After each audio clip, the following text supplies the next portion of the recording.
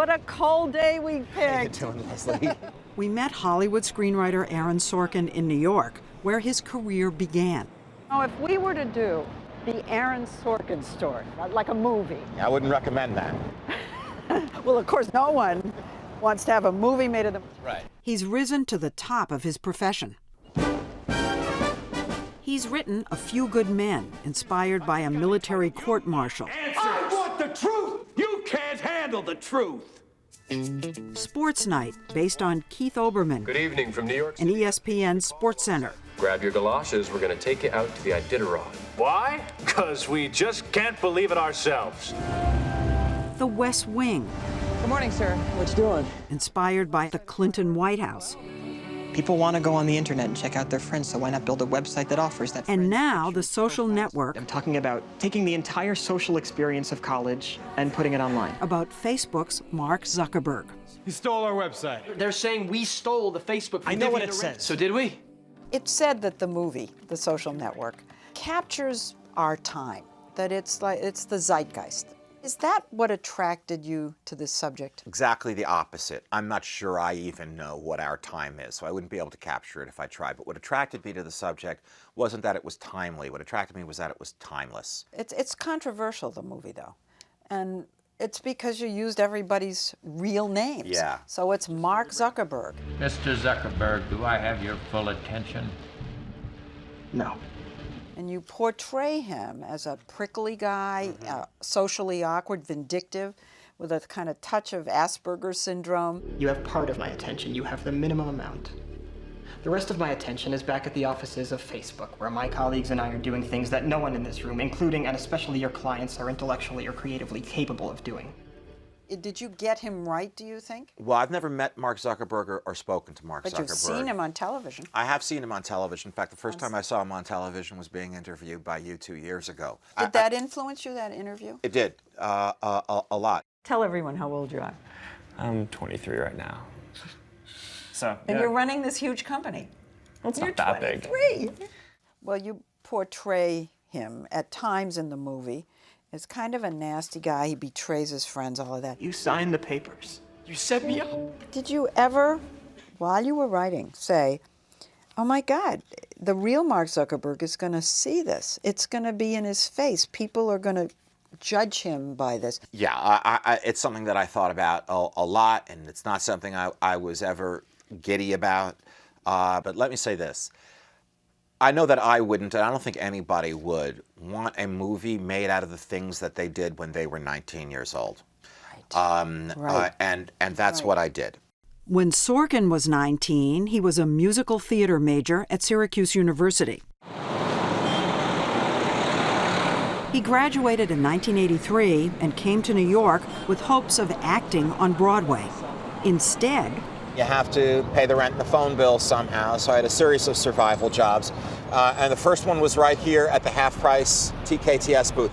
after selling tickets to shows, he took another survival job at a Broadway t-shirt store. So let's see if I can do this with the eyes facing out. And became a genius at folding. Boom. That's how you fold a cat's t-shirt. He was also a bartender at the Palace Theater when La Cage aux Folles opened. I wrote A Few Good Men on cocktail napkins during the first act of La Cage aux Folles, and I would come home with my pockets stuffed full of cocktail napkins. To get A Few Good Men from napkins to the stage, he needed an agent. So he dashed something off for a workshop theater. I got a funny idea for a one-act play. I wrote it, and it got accepted. And Nathan Lane was in it, and I was in it too. Nathan Lane was in this little play, and you were in it? And I was in it. And I don't suppose there's any videotape of this. I sure hope not. It was performed at the nearby West Bank Cafe, literally an underground theater. We're in the basement of the West Bank Cafe. Back then, in 1988, it was run by the comedian Louis Black.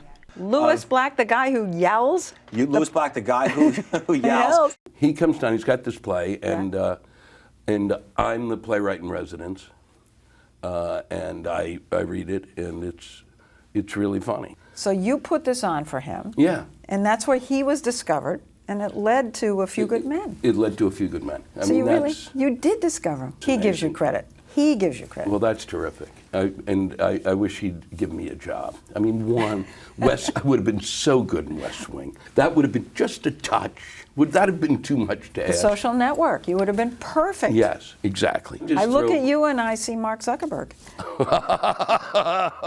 Sorkin got an agent, which led to A Few Good Men on Broadway, and then Hollywood.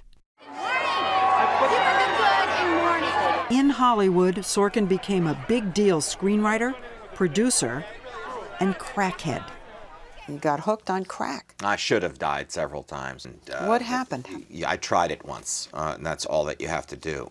He was on crack when he wrote both Sports Night and The West Wing. After a stint at the Hazleton Rehab Clinic, he stayed clean for a while, but in 2001 he was caught at an airport in California with drug paraphernalia and arrested. But you were back on X-ray crack. machine. Yeah, because when you get clean, you start thinking, well, I'm thinking clearly now, and I don't have to use the way I was using before. I can use once in a while. You can't. Now, I was very lucky to have gotten caught and arrested. If I hadn't, I would have gone on using, and my life would have completely fallen apart. After another stint in rehab, he joined a men's support group, and he says he's been clean for 10 years. Do you still think about it?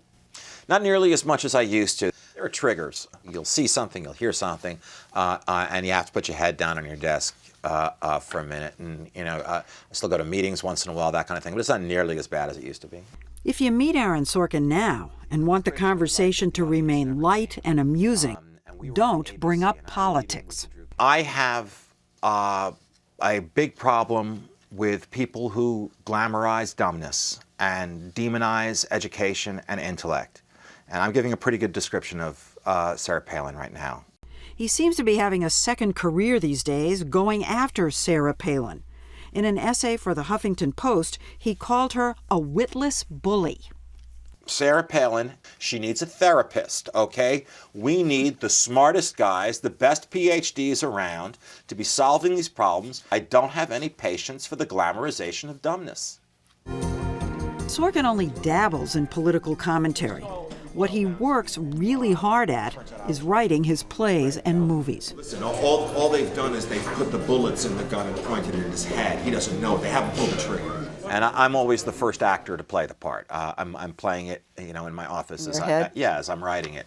Are you talking out loud when you write? All the time. It's a very physical thing. I'm talking out loud all the time, not just at my desk, but in my car. What do you do?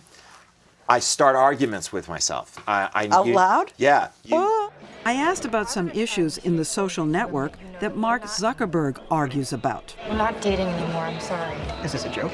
No, it's not. You're breaking up with me? One of the points of contention in the movie is that he started Facebook because a girl rejected him or because he wanted to get girls. And they completely left out the fact that my girlfriend I've been dating since before I started Facebook. The girl, your current girlfriend, you were dating back then? Yeah, I've been dating my During current the time girlfriend of the since movie? before I created Facebook. Yeah. Did you know about Priscilla Chan when you wrote the movie? No. You didn't even know that they were dating back then? No, her name didn't come up. If you had known that he had a girlfriend, would you have put that in, do you think? No. Listen, there's a lot about Mark's story. Like he's an accomplished fencer. Right. Did you know that? Yeah. There are all and you kinds chose of things. This isn't a biopic, and it's not a profile of Mark Zuckerberg. It's a story about a lawsuit. Priscilla Chan was not a witness. Her name does not come up in depositions.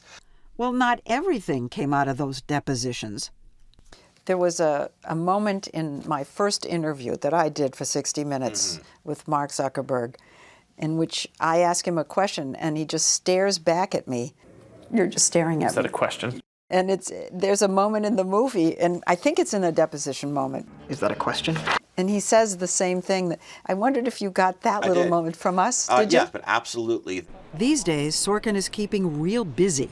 He's writing a movie about John Edwards and his love child, a TV series about a cable news show, and a Broadway musical, all while he waits to see if he wins the Oscar for his screenplay about Mark Zuckerberg. We were struck by all the similarities between you and Mark Zuckerberg. Yeah.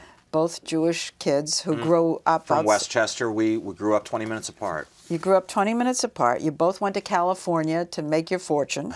You both write alone in front of a computer all day and night. And you know what? Here's the last thing. He even lists The West Wing as his favorite TV show. I know. And I thank him for that.